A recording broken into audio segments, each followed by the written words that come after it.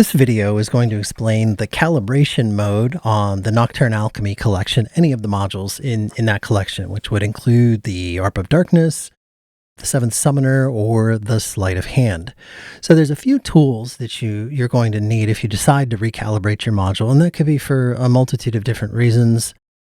All modules do come pre-calibrated, so you shouldn't really have to do this, but just in case you decide to, or if something goes sideways for you and you need to calibrate, it's actually a fairly simple procedure. It takes a little muscle memory once you get used to it, but we'll go through all the steps and we'll show you. There's a few things that you're going to need. One of the most important things is the user manual, and there's a page in all of the user manuals that has an explanation of calibration mode, which should get you through the process. I'll show you a few other tips today. And really importantly on that is also this eurorack calibration table for reference. These are the values that we want to get close to. So you want the manual, and then we're going to need to measure the voltage coming out of the module. So there's a few different ways you can do that. You can use a multimeter, which is my preferred method. You can use a module like a Mordax data that will get you pretty darn close, or even an Ornament and Crimes has a way of measuring voltage fairly accurately if you've calibrated those correctly. And then if you're going to use a multimeter, one thing that's helpful are these little clamps. How you would set this up, and it shows you how to do this in the manual though, is the sleeve of a cable is ground and the tip is the signal. And so then you would match up those colors to your multimeter and you would plug into the CV output. Something else that comes handy, these are not required, but there's some tools that make things really a lot easier, because when you're calibrating, you're going to use this knob and it's really small, and getting fine-tuned when you really get down into it to calibrate. If you have an extra knob laying around that you can just push on, as something that I tend to do, I just put the knob all the way to the left, and it makes it fine-tuning and fine movements much easier.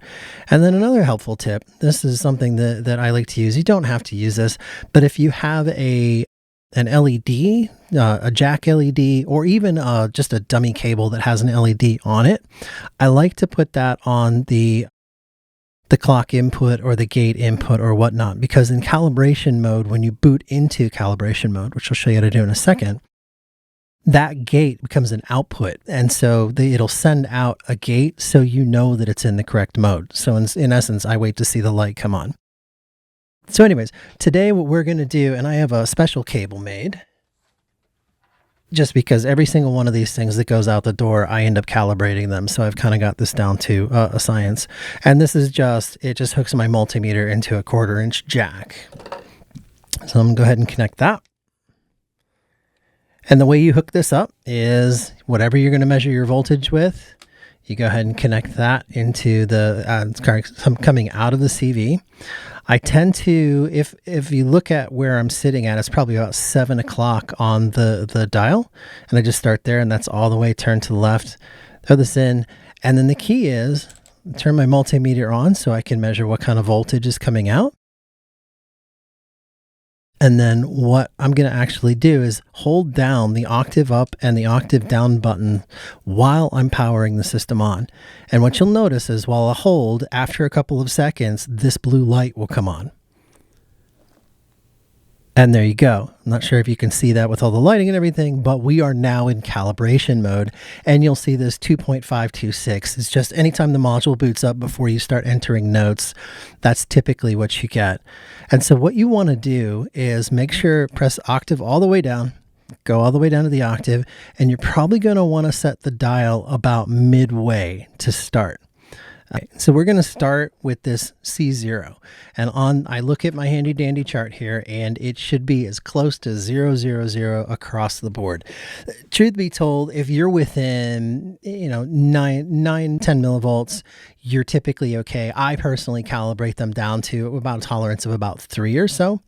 But so you make sure your knob's in the middle, you press this, and you can see my what should be 0, 0, 0 is 0.022.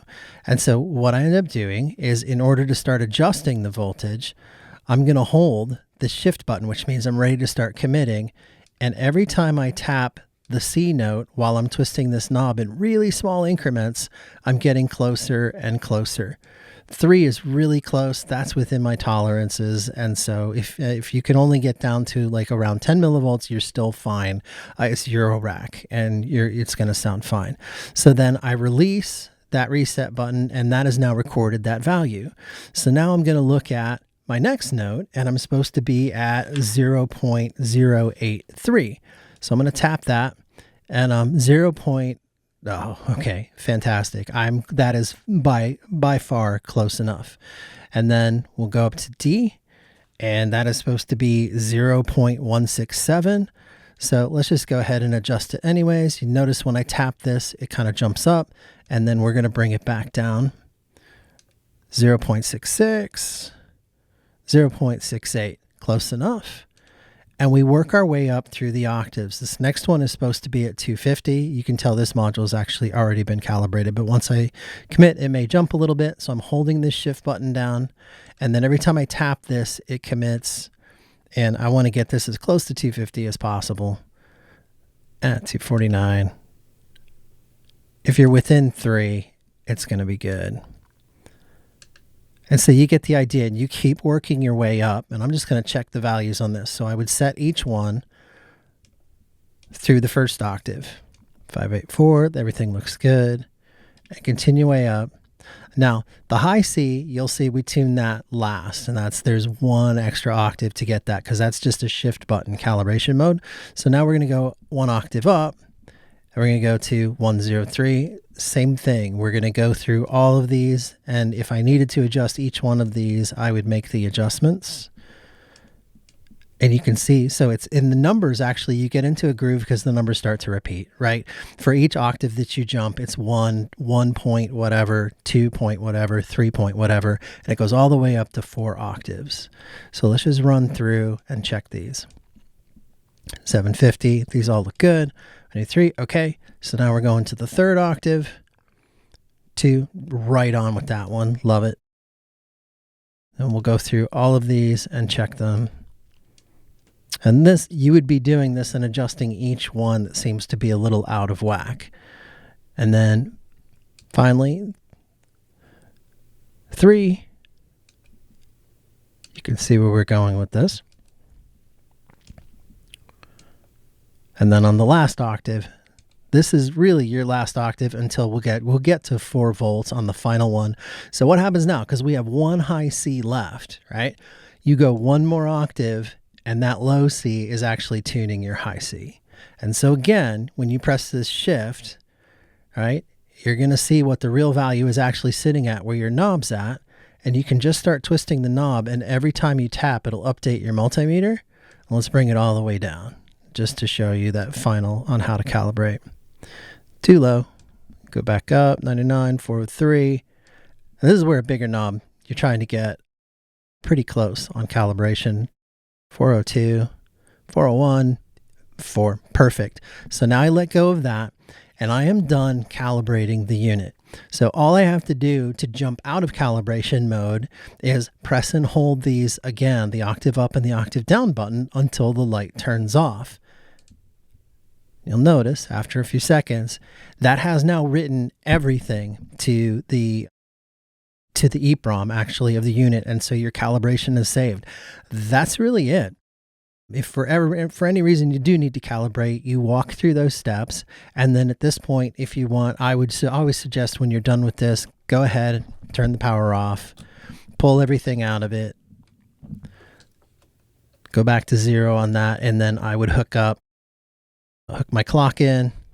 Actually, this would be the CV, and then my clock. And my Arp of Darkness is calibrated. When I boot back up, I can run through and play what I want to play, and I'm good to go. So I hope that helps. If you have any questions or comments, leave them in the comments below. I greatly appreciate it. Thanks.